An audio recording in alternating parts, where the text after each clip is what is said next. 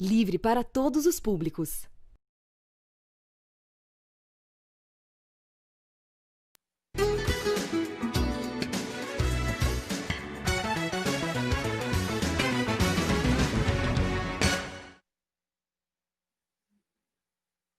Oi, pessoal! Boa tarde para todos que nos acompanham. Hoje, quinta-feira, 23 de julho, 3 horas da tarde. Estamos ao vivo com Bom para Todos na TVT, na Rádio Brasil Atual, 98.9 e também nas redes sociais no youtube.com/RedeTVT e no facebook.com/RedeTVT. Nas redes você pode comentar, manda perguntas, sugestões, escreve aqui pra gente. Eu quero sempre saber de onde que você está acompanhando Bom para Todos, tá bom? Daqui a pouquinho a gente bate um papo com Altamiro Borges, o Miro, do Centro de Estudos da Mídia Alternativa Barão de Tararé. Ele que vai trazer uma análise sobre as principais notícias do dia pra gente. Hoje também temos participação do Instituto Polis com o Henrique Frota, que vai falar um pouquinho sobre um levantamento feito pelo Polis, que aponta que os mais atingidos pela Covid-19 são aqueles que tiveram que sair para trabalhar. Pois é, ele vai falar um pouquinho sobre esse levantamento e sobre essa informação que a gente já tinha, inclusive, falado um pouquinho com a Rede Nossa São Paulo durante essa semana e agora comprovado também pelo Instituto Polis. Ainda hoje a gente conversa com o pesquisador, professor universitário Tarcis Prado Júnior. Ele que está lançando o livro Moro, o herói construído pela mídia. E é claro que o assunto será Sérgio Moro. Então, tudo isso a gente vai ter aqui no programa Bom para Todos de hoje. Antes, vamos com as principais notícias do dia. Geraldo Alckmin foi denunciado por lavagem de dinheiro, corrupção passiva e fraude ideológica eleitoral. A denúncia contra o ex-governador Tucano foi apresentada hoje pelo Ministério Público de São Paulo.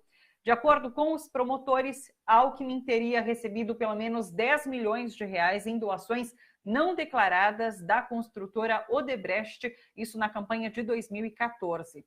Outras 9 pessoas ligadas ao Tucano e à construtora também foram denunciadas. O STF enviou uma notícia-crime à PGR contra Jair Bolsonaro e seus 2 filhos, o senador Flávio Bolsonaro e o deputado Eduardo Bolsonaro.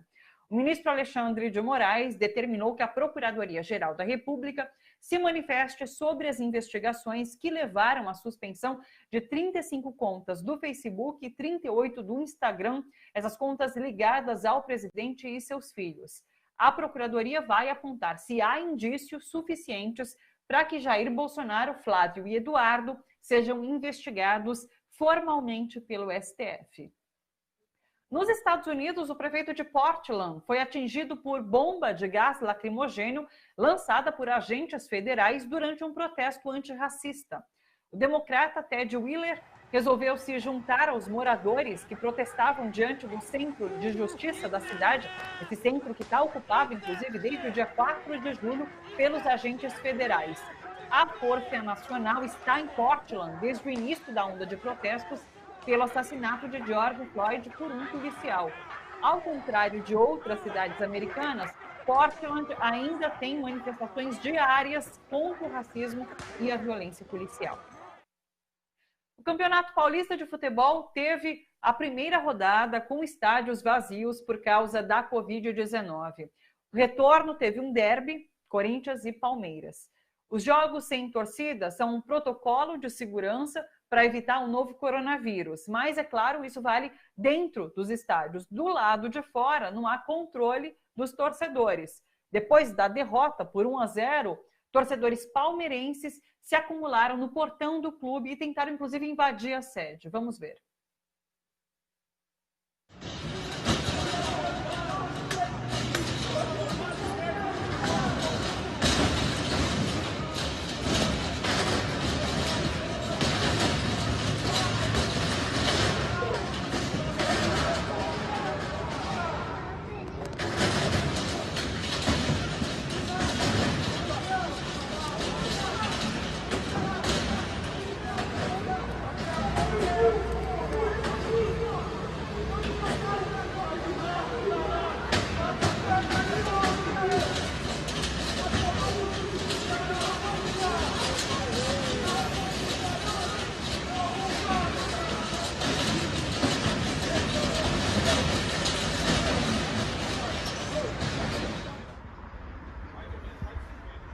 Olha o que os caras fizeram, velho. Presta atenção no que os caras fizeram.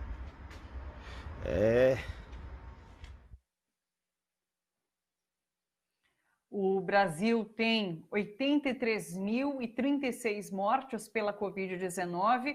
O número de infectados é de 2.242.394 casos. Isso de acordo com dados atualizados agora às 13h pelo consórcio de imprensa. Sobre todas essas notícias, a gente conversa agora com Altamiro Borges, o Miro, que é jornalista, presidente do Centro de Estudos da Mídia Alternativa Barão de Itararé. Oi, Miro, sempre muito bom conversar com você, tudo bom? Tudo bem, Thalita? Tudo certinho? Tudo certo na medida do possível, que todo mundo tem me respondido quando eu faço essa pergunta. Miro, vamos começar. Pesares, apesar dos pesares, exatamente. Vamos começar falando um pouquinho sobre essa notícia de Geraldo Alckmin, porque ele anunciou agora há pouco que pediu para deixar a coordenação da campanha, inclusive a reeleição do prefeito da capital paulista, Bruno Covas. E isso, é claro, é um efeito dessa denúncia que foi divulgada hoje pela manhã. Como que você enxerga essa movimentação nesse momento? Eu acho que o tucanato é atingido com muita força com essa denúncia do Ministério Público. Eu estava lendo um pouco das peças dos procuradores, né, no Estadão. São muitas denúncias, a documentação é muito vasta, é da campanha de 2010, é da campanha de 2014, né? Então isso acho que atinge o Alckmin de forma muito dura, né? O governador do estado, na eleição presidencial, já teve uma votação irrisória, já estava tendo muita dificuldade no meio do PSDB, já tinha sido engolido pelo Dória, né? Ele criou o Dória engoliu o Alckmin, e agora fica numa situação...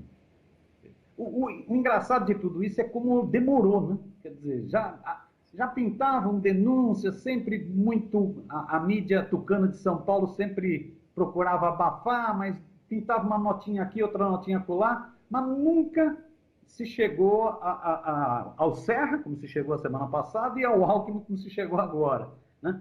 É interessante, parece que a Lava Jato, como ela está muito, como o Moro está muito desgastado, como o Dallagnol está na berlinda, parece que a Lava Jato está querendo mostrar serviço, está meio desesperada, está meio acuada, então agora resolveu atacar os tucanos. E logo os tucanos que já estão tão abatidinhos, né? Porque o Serra já não cheira nem fede, é moribundo. E o Alckmin, desde a eleição para presidente, também estava na decadência total, tinha sido engolido pelo seu filhote, né? Mas aí a Lava Jato chega, pega, a denúncia é grave. Pelo que eu li no Estadão, é um negócio bravo mesmo.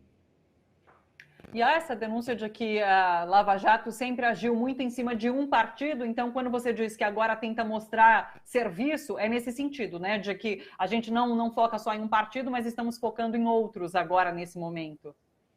Exatamente, quer dizer, a Lava Jato serviu de trampolim político para o Sérgio Moro virar ministro da Justiça do Bozo, né? A Lava Jato foi um baita esquema político, né? Ela foi pela negação da política e pela satanização das forças de esquerda. O próprio Moro chegou num dos vazamentos que o Intercept tornou público na Vaza Jato. O próprio Moro tem uma hora que ele é consultado se deve ou não pelo Dallagnol, por um outro procurador, se ele devia ou não fazer denúncias contra o Fernando Henrique e contra os tucanos. E o Moro diz, não, eles são aliados, né? Então, naquele momento, para o projeto da Lava Jato, que era de satanizar a esquerda, derrotar a esquerda nas eleições presidenciais, né?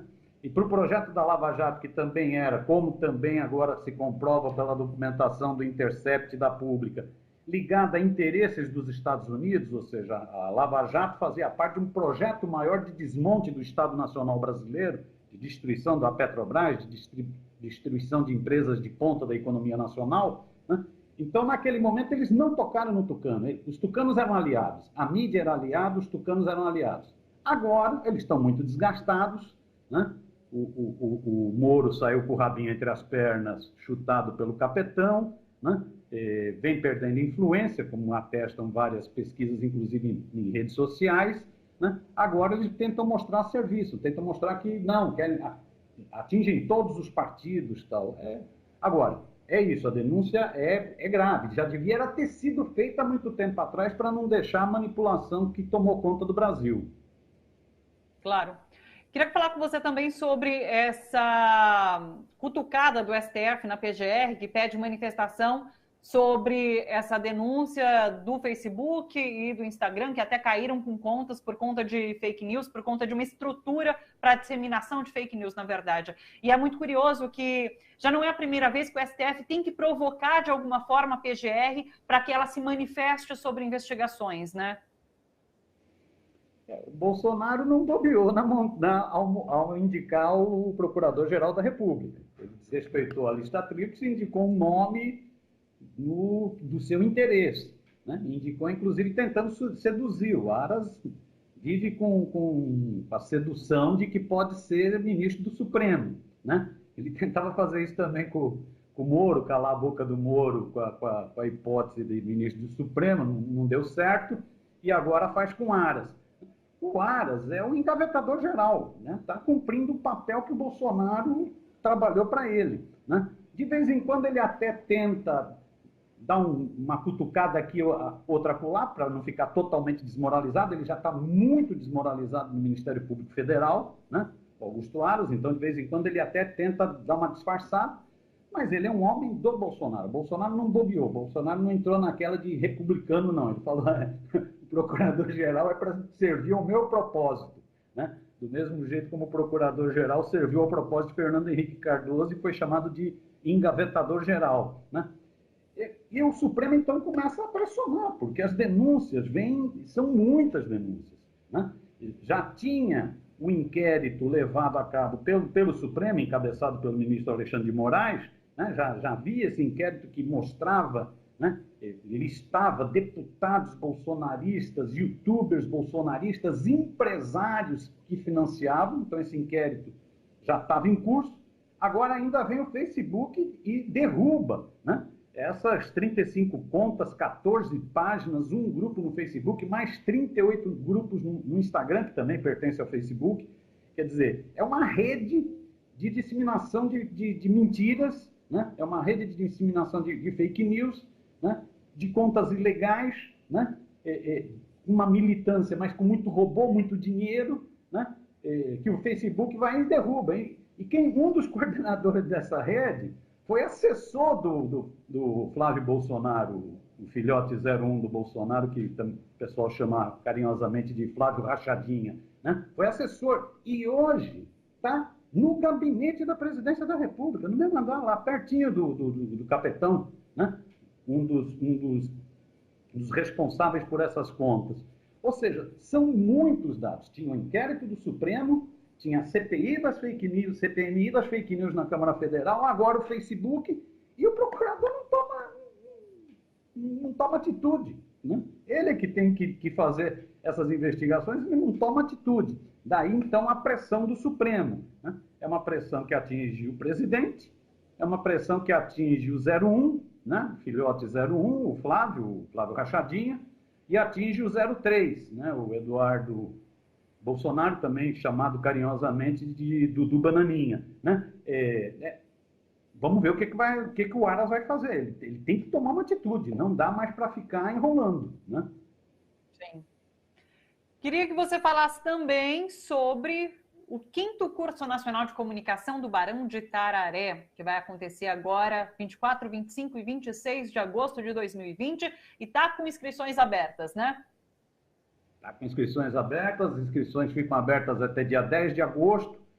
É um curso online, né? Nós ainda estamos distanciamento social, respeitando essa questão que é seríssima. Né? É um curso online, e nós vamos ter 7 mesas.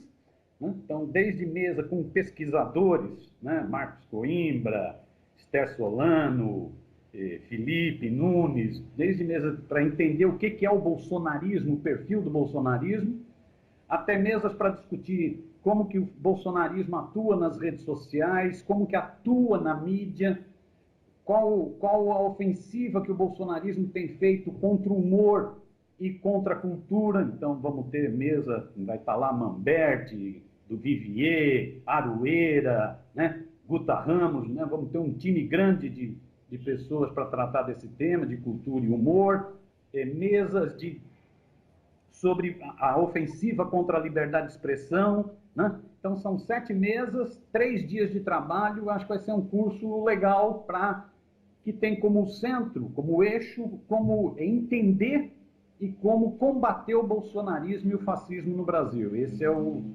eixo do curso, do 5º Curso Nacional de Comunicação do Barão do Tararé. Quem tiver afim, corra, porque as vagas são limitadas, né? E a turma tá fazendo inscrição. Então, corra lá no site do Barão, www.barãodetararé.org.br, sem acento, e tem lá a ficha de inscrição. Faça rapidinho, porque está acabando. Só tem gente bacana, só tem gente legal. Deve ser incrível realmente poder ouvir, ter a oportunidade de ouvir esse monte de gente interessante e de casa. Então, é realmente, como o Miro disse, barãodetararé.org.br, entre e faça a sua inscrição. Obrigada, Miro. Sempre, repito, é sempre muito legal conversar com você. A gente adora as suas participações, viu? Um beijo grande. Beijão, Thalita. Bom trabalho e parabéns aí, viu? Obrigada. Uma boa tarde, bom curso para vocês por aí também. Até mais.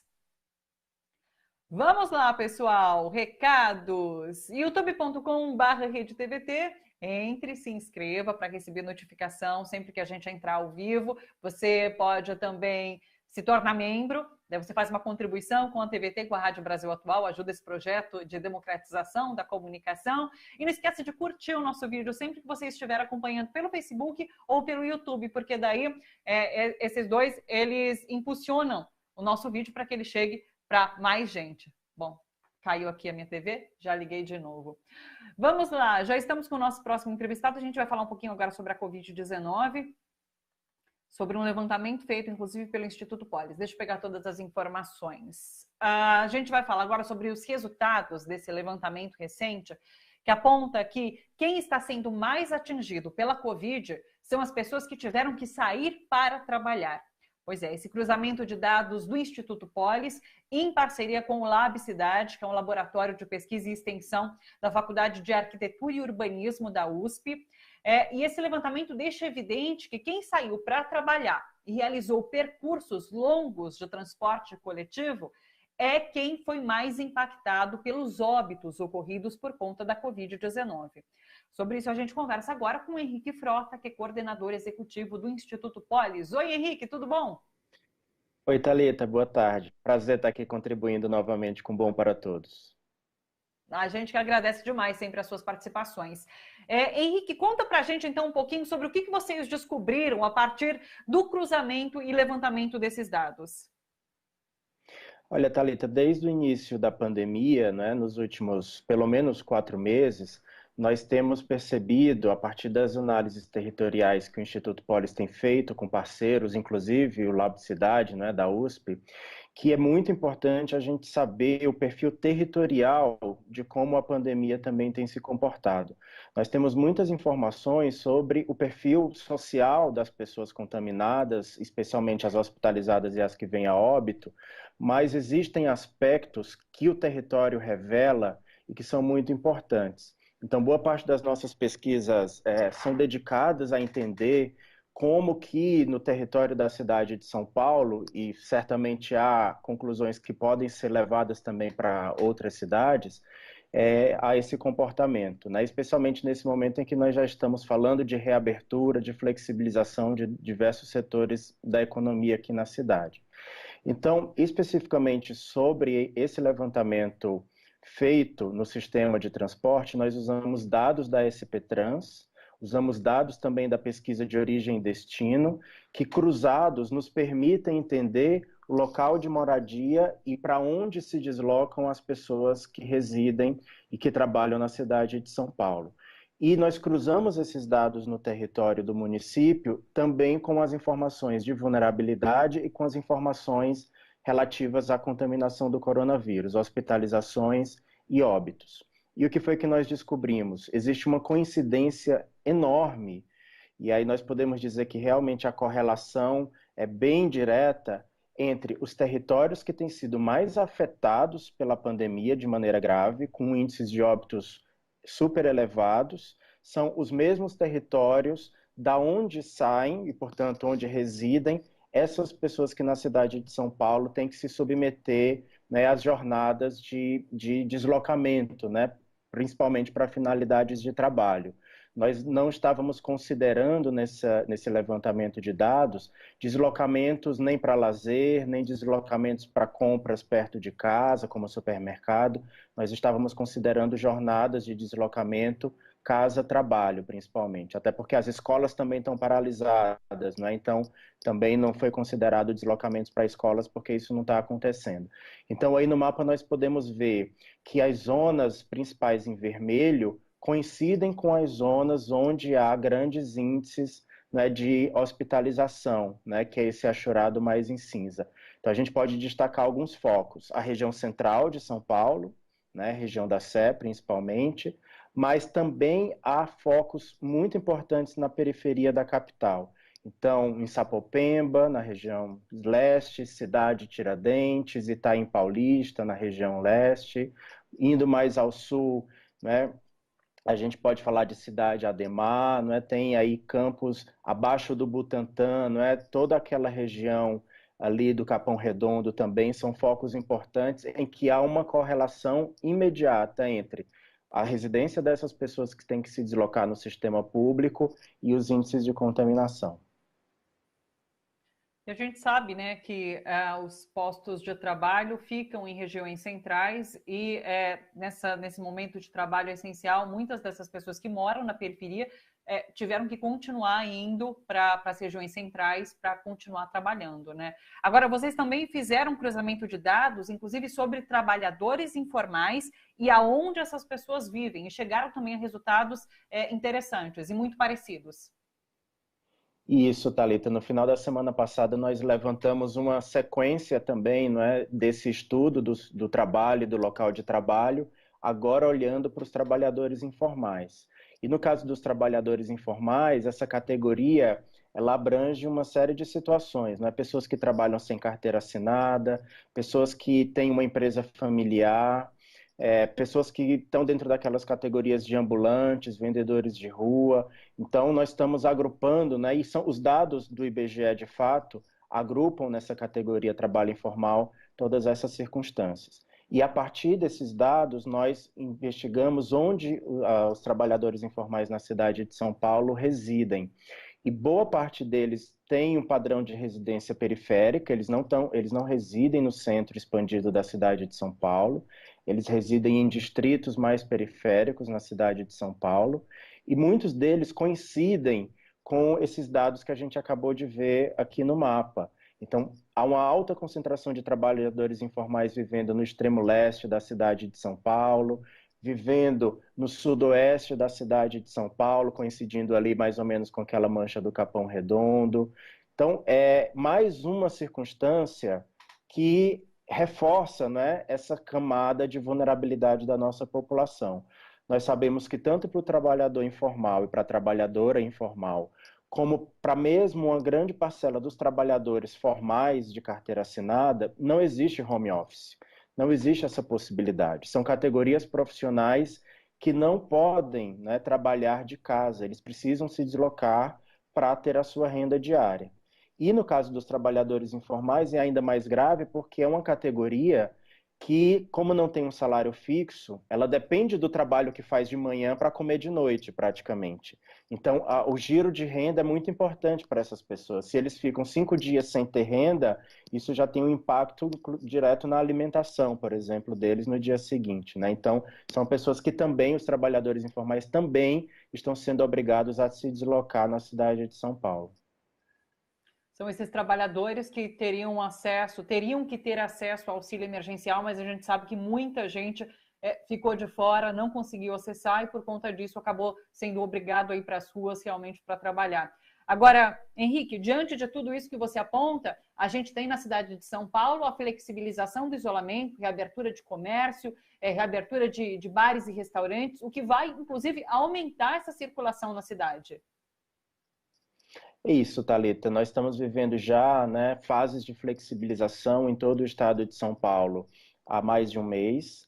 E é importante destacar que esse mês de julho no estado de São Paulo como um todo, foi o mês em que nós tivemos os recordes diários de contaminação e de óbitos. Nós havíamos tido um recorde no dia 12 de julho e nessa semana, né, na última quarta-feira, tivemos um novo recorde de número de contaminações e de óbitos. Estamos falando de todo o estado de São Paulo e não só da capital. É evidente que os municípios do interior estão puxando esses números para cima, né? A pandemia ela está se interiorizando, não só no estado de São Paulo, mas em todo o Brasil. Mas isso não significa que os dados da capital e da região metropolitana da cidade de São Paulo tenham diminuído.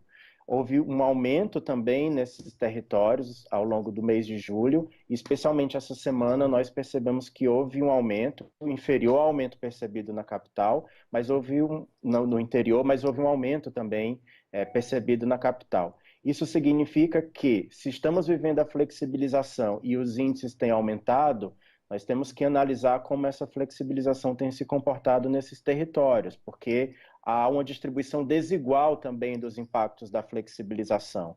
Nós temos percebido um padrão em que a região central, ou os bairros, os distritos da cidade de São Paulo, que têm melhores condições de estrutura e que são ocupados por camadas da população com a renda maior, eles estão mais protegidos, enquanto bairros periféricos, sem infraestrutura e que são ocupados por uma população mais pobre, são mais desprotegidos. Então, essa flexibilização vai gerar mais circulação na cidade e, sim, vai haver uma tendência de uma nova onda de contaminação, mas destacando que o impacto não é igual no território, né? A periferia continuará sofrendo mais do que o centro valorizado da cidade. E a prefeitura, pelo menos, continua não apresentando nenhuma medida de proteção para essas pessoas que serão obrigadas a voltar ao trabalho nesse momento, né? Além do uso de máscara, a gente provavelmente vai ver os ônibus se enchendo cada vez mais nesse momento. Sim, e vale lembrar, inclusive, Thalita, que nós estamos no município de São Paulo essa semana. Para conseguir que 100% da frota circulasse, foi necessário uma decisão judicial. Então, até o início dessa semana, o município ainda não estava com 100% da frota de ônibus circulando, mesmo com a decisão judicial. Houve dias que ficou em torno de 84%. Então, se a população precisa voltar a circular devido à necessidade de sua renda, do seu trabalho, é preciso que existam políticas e decisões públicas que assegurem que não haverá aglomeração no sistema de circulação, nem no espaço público, nem também nos espaços privados onde haja atendimento ao público, como bares, restaurantes, lojas, supermercados, né, shopping centers. Então é preciso não só que a iniciativa privada se mobilize, mas que o Estado também, a partir desses dados, né, científicos, ele tenha decisões públicas que sejam adequadas. Então a frota precisa estar rodando 100%, é preciso ter um novo padrão de higienização e esterilização de todos esses ambientes e dos veículos também. Então nós vamos precisar nos adaptar e não é algo momentâneo, é algo que vai perdurar, né, e que tem que ser incorporado ao nosso cotidiano. Como que você tem avaliado essas mobilizações por parte da Prefeitura de São Paulo? Olha, a Prefeitura de São Paulo, desde o primeiro momento, tem estabelecido, né, no seu gabinete de crise e no gabinete que faz a gestão da pandemia, uma quantidade de especialistas grande. A Prefeitura de São Paulo tem se aberto, né, aos dados que vêm da sociedade civil. Então, muitos dados que são produzidos pela universidade, os próprios dados que são analisados pelo Instituto Polis, nós levamos ao conhecimento também do município de São Paulo e eles têm sido considerados na medida do possível.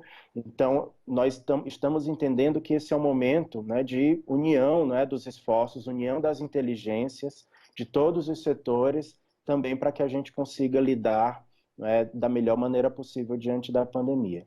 Agora, certamente, o setor público ele sofre pressões também de setores empresariais. Muitas vezes a decisão pública ela visa atender, né, determinados segmentos econômicos e, nesse sentido, não são decisões necessariamente mais adequadas do ponto de vista da saúde pública ou do ponto de vista do interesse de maior parte da população. Então, existe um tensionamento de forças também que opera do ponto de vista da decisão pública, e isso precisa ser observado. Nesse momento, no nosso entender, o que deve prevalecer é o interesse da população de manter-se viva, manter-se preservada, manter-se com alimentação garantida. Por isso que nós continuamos insistindo, né, na necessidade do auxílio emergencial e também na necessidade de mantermos uma parcela da população significativa ainda protegida em suas residências, dentro do possível. Henrique Frota, coordenador executivo do Instituto Polis, que participa quinzenalmente aqui com a gente. Henrique, muito agradecida pela participação. Até a próxima. Uma boa tarde para você. Obrigado. Obrigado, Thalita. Boa tarde. Até. Tchau, tchau, Henrique. Vamos lá, pessoal. Seguindo, deixa eu ler alguns comentários agora para vocês aqui, de mensagens que vocês estão mandando pelas redes sociais. Claudemir Lorena disse assim: Aras não age em defesa da República, mas sim como um funcionário subserviente do capitão Bolsonaro. Joselita Santana está com a gente. João Eduardo de Carvalho Pellegrino. A Salete Farias também disse assim: olha, o Aras trabalha como o Moro trabalhou, sendo subserviente ao Bolsonaro. Um fingia que não via nada e o outro tenta mostrar algo para dizer que está agindo. João Barreto de Diadema está aqui com a gente. O Eduardo Goulart, é de Madre de Deus, Bahia. Claudomiro Almeida está dando boa tarde. Falou que bom para todos é um alento de informações e criticidade nessa época de pós-verdades. Obrigada, Claudomiro. Que bom que você acompanha. O Carlos Henrique falou assim: apenas para te agradecer sobre a dica do livro do professor Ladislau Doubor. Já fiz o download, estou lendo. Muito obrigado. Que bacana que você gostou, Carlos. Para quem quiser, inclusive, deixa eu ver se eu lembro. Eu sei que pode entrar no site, no blog do professor Ladislau Doubor. É só jogar no Google Ladislau Doubor. Doubor é D-O-W-B-O-R. E daí fazer o download do livro sobre economia, sobre esse momento, fim do capitalismo, nova era. Bem interessante. Dá uma buscada que você acha com certeza, tá bom? Ricardo Ferreira de Osasco está acompanhando. A Gilberto de Barros. Lícia Rodrigues. Maria Fontes falou que adora a TVT. O Ricardo Ferreira falou assim: triste demais ver que as pessoas que precisam sair para buscar o sustento da família estejam se contaminando, adoecendo e muitos vindo a óbito. É muito triste e é o que o Henrique acabou de mostrar para a gente, de acordo com esse levantamento do Instituto Polis.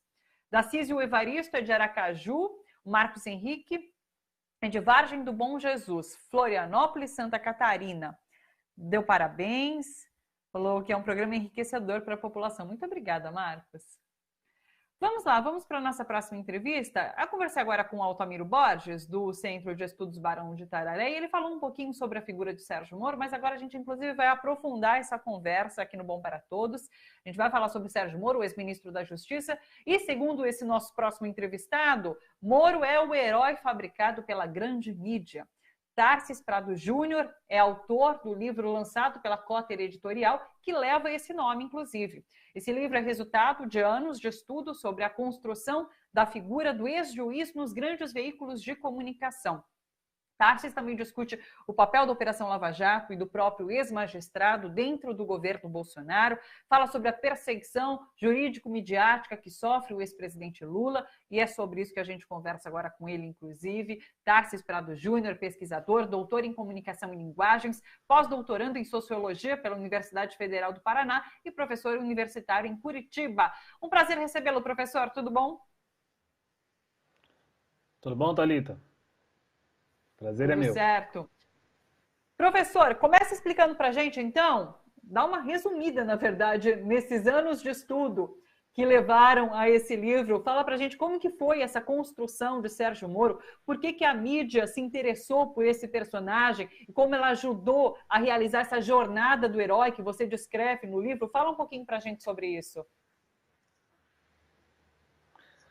Então vamos lá, Thalita. O Sérgio Moro, ele entra como ele é adotado como herói na mídia, porque a mídia, há muito tempo, andava carente de heróis, né?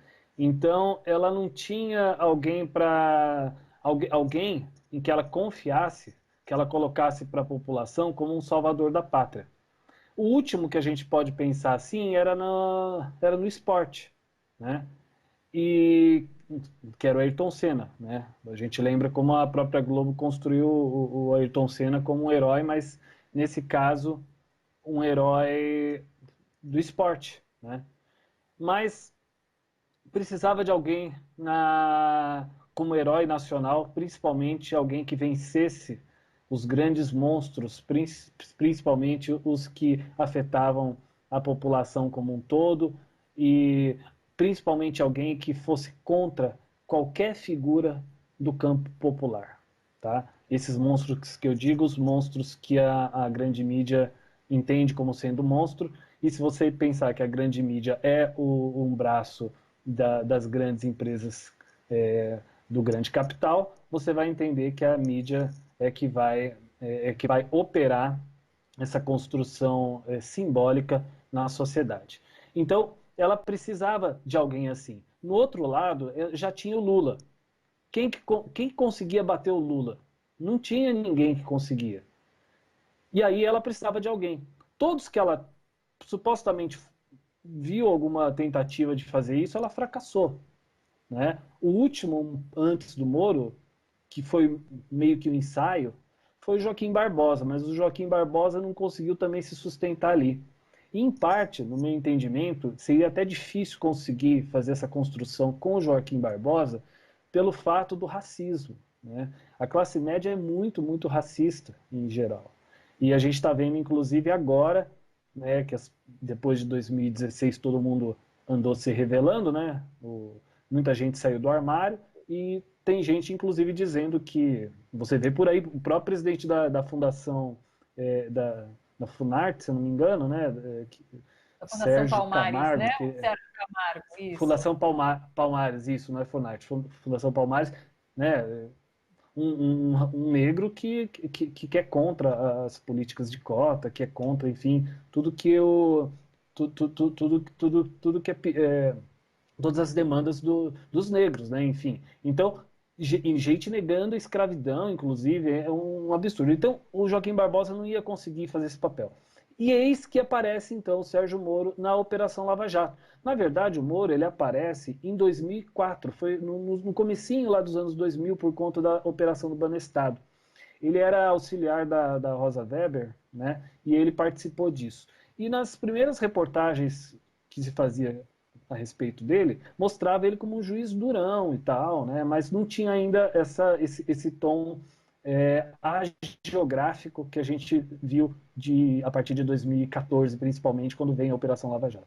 E aí a mídia, então, percebendo esse potencial do Moro em ser herói, muito menos pela capacidade de discurso dele, pelo carisma pessoal, mas muito mais pelas ações que ele praticava, entrou com tudo nessa onda.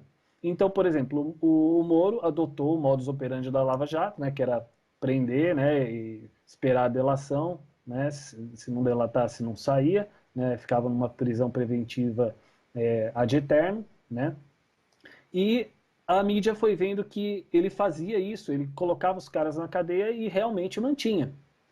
E ele tinha uma coisa que outros não tiveram, ele tem, na verdade, o Moro tem a cara da classe média. Você olha para ele, ele é a cara da classe média, não só a questão física, né, branco, enfim, né, um cara ali bem arrumado, parecendo um gerente assim, gerente de banco, um cara gerente de empresa, um CEO, né, coisa que a classe média ama, adora, né, tem verdadeira paixão.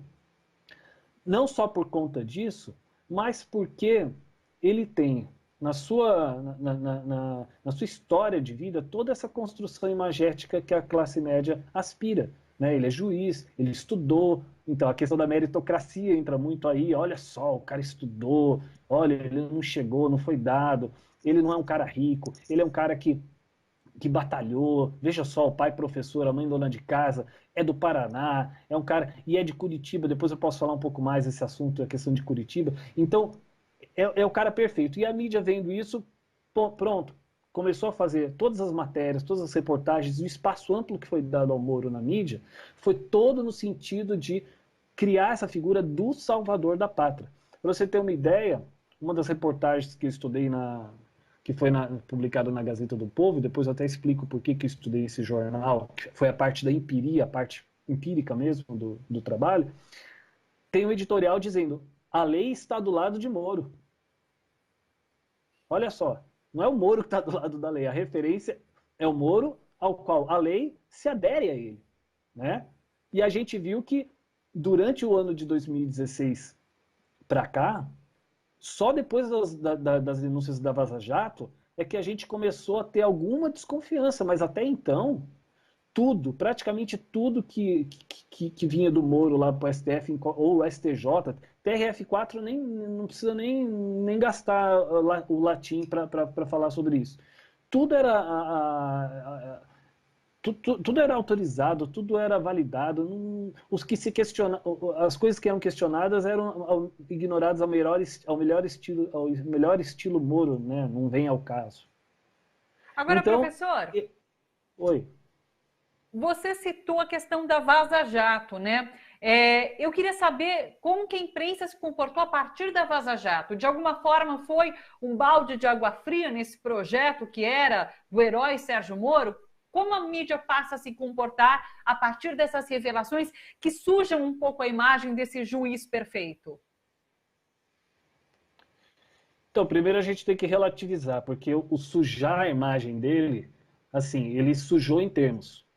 Porque se você perceber, a Globo sempre esteve ao lado da narrativa do Moro e da narrativa da Lava Jato em relação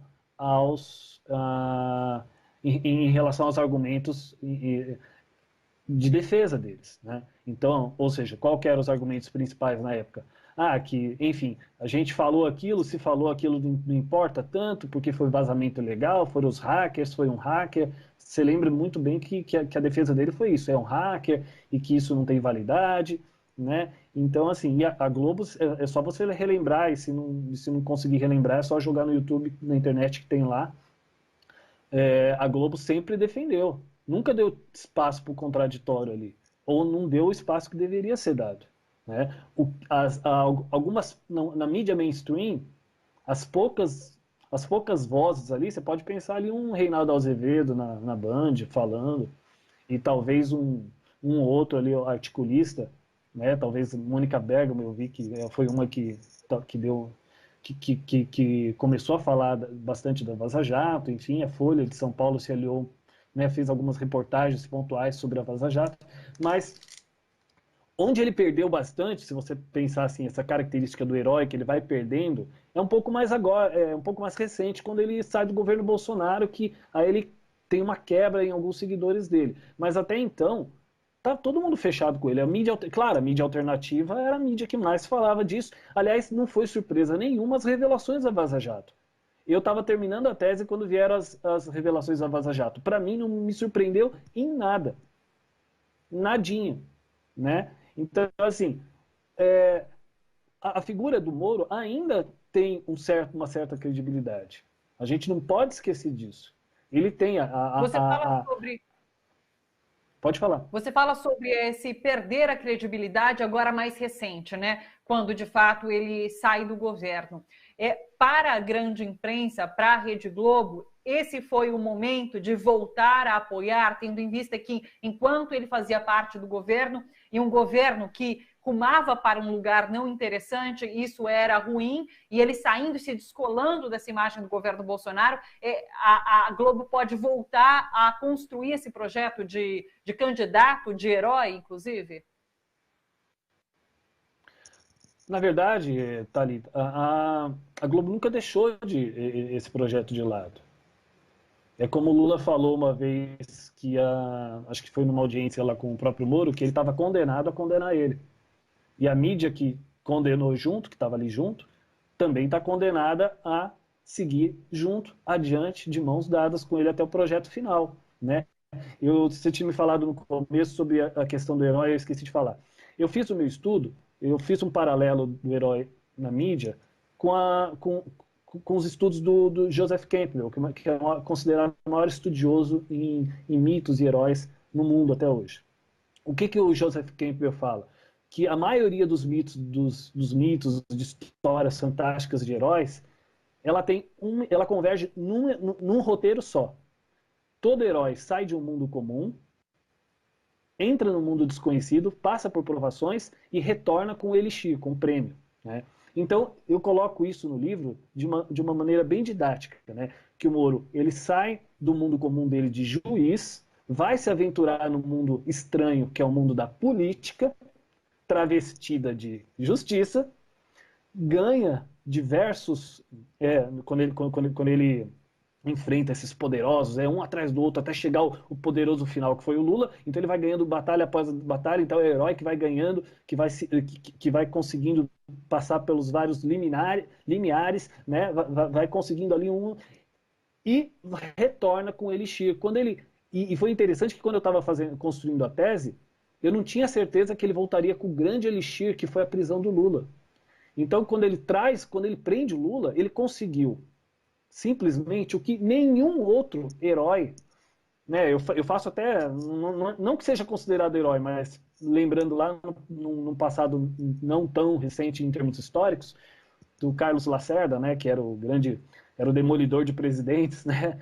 Mas ele consegue o que ninguém até hoje conseguiu, nenhuma outra pessoa conseguiu prender o Lula. E eu estou falando isso no ponto de vista de uma classe média que tem usa a mídia como o seu braço para construir imaginários, né, a questão simbólica, a questão subjetiva, que a gente não pode desprezar.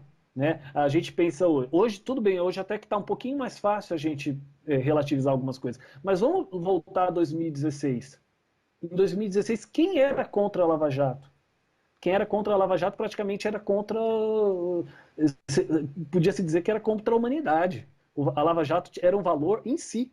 Você ser contra a Lava Jato era ser contra o amor maior. Né? Então, assim, as poucas vozes que começavam a falar, que falavam, na verdade, naquela época, eram as vozes da mídia alternativa. Na mídia mainstream, um ou outro... Por exemplo, o falecido jornalista Ricardo Boechat, né? Ele falava toda manhã, não sei se você lembra de escutar o programa dele, toda manhã ele falava: a Lava Jato é o maior patrimônio que nós temos. A Lava Jato é o maior patrimônio que o Brasil tem. Ele falava isso toda manhã. Isso vai sedimentando o imaginário na cabeça das pessoas, que é uma coisa que a pessoa não consegue mais largar. E o Sérgio Moro, ele encarnou isso de uma maneira... Se você perguntar, não foi meu objeto de estudo, mas se você perguntar para mim, você acha que o Moro sempre quis chegar onde ele chegou? Eu acho que não. Eu acho que ele foi um instrumento que foi gostando daquilo. Viram nele um potencial e viram que... Ele foi gostando disso, mas agora, nesse momento, ele acabou deixando o governo Bolsonaro. Ele é um ex-juiz, então não tem um cargo, não tem uma função. Qual será o futuro de Sérgio Moro? Como a imprensa, a grande mídia, vai continuar trabalhando isso no imaginário, inclusive, das pessoas? Como esse candidato vai continuar a ser construído a partir de agora? Então, a partir de agora, nós vamos ver uma jornada do herói, como eu coloco no meu livro, mas uma jornada do herói, a segunda parte, vamos dizer assim. Né? Ele vai continuar, ele vai querer chegar a uma meta maior ainda. Né? Ele é o herói, ele não pode deixar aqueles que confiaram nele para trás. Né? Eu acho que nem que ele queira. Se você for perceber o Moro, vamos fazer uma comparação do Moro com o Bolsonaro, né, que são dois tipos de herói aí, porque o Moro é herói para essa grande classe média, vamos pensar em termos ideológicos para uma direita mais tradicional, e o Bolsonaro é herói para uma direita mais extrema, um espectro mais radical, cru, raivoso, enfim. O Bolsonaro ele tem a força dele muito no discurso. Ele pode até chegar a efetivar algumas das coisas que ele fala.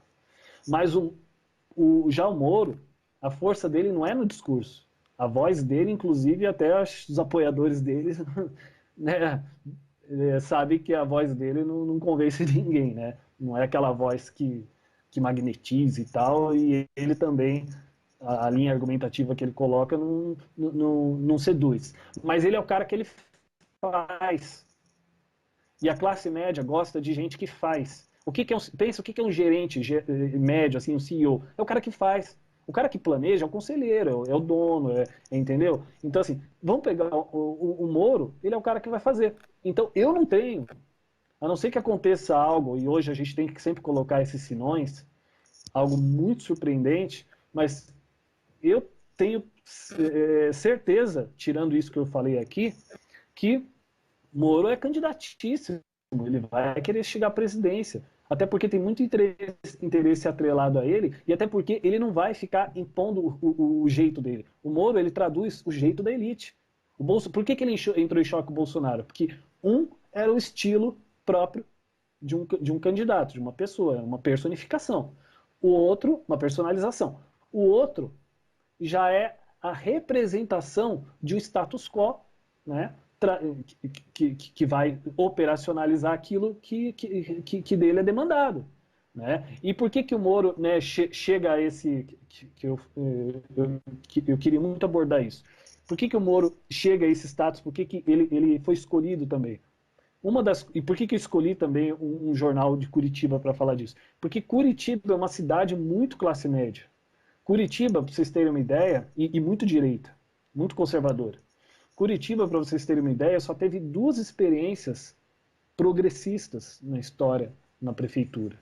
Né? Uma com o Requião, entre 86 e 88, e outra com o Fruit, né? Um pouco aqui no ano de 2012. E então a cidade é uma cidade com uma classe média muito grande, é uma cidade com conservadorismo pulsando a flor da pele. Por exemplo, quando o Bolsonaro ganhou aqui, ganhou a presidência, né? Aqui parecia final de Copa do Mundo. Né? Parecia final de Copa. Dada a alegria das pessoas em ter alguém ali. Então, o Moro, ele representa essa classe média que em Curitiba é muito forte. Curitiba, por exemplo, estava desde os anos 90 que ela não se sente mais ajustada no cenário nacional. Até os anos 90 ela era a cidade modelo, aquela coisa da cidade ecológica, prefeitos com projetos arrojados para a cidade, enfim. Mas depois ela vai perdendo isso, então ela ficou carente de alguma coisa para se agarrar. Chegou o Moro, ela agarrou o Moro. Então quando fala, por exemplo, aqui República de Curitiba, isso aqui tem um símbolo muito grande na cidade. E a classe média de Curitiba é a classe média que o país gosta. Eu falo aqui de Curitiba, eu estou aqui já há 10 anos, mas eu sou paulistano. E eu lembro, né, morando aí em São Paulo, eu lembro que quando se falava em Curitiba, nossa, Curitiba, as pessoas até duvidavam que tinha assalto. Não pode, uma cidade europeia, aquela coisa. Então o Moro, ele encarna também aquela europeização que encanta a classe média, uma coisa que o Gessé Souza fala da classe média, é que aquela massa da classe média que não é o dono do dinheiro, não é o dono do poder em si, mas fica tão feliz e tão confortável em ser o capataz, em ser o operacionalizador daquele dinheiro, que para ela aquilo ali já é já é o objetivo de vida dela concretizado. Então o Moro é a cara. Se você olhar bem para o Moro, você vai ver que ele é a cara dessa classe média que vindo de Curitiba ainda tem um sentido maior. Professor, Sérgio Moro, nesse momento, você disse, mesmo que ele não quisesse, ele é candidatíssimo, ele vai ser levado a isso. Mas ele, hoje em dia, ele consegue caminhar sozinho, ele precisa ainda da grande imprensa, da grande mídia ao lado dele? O Sérgio Moro ele a grande imprensa. Ele sozinho não tem sobrevida. Não tem. Ele fez um artigo, eu estudei esse artigo, eu li esse artigo de cabo a rabo.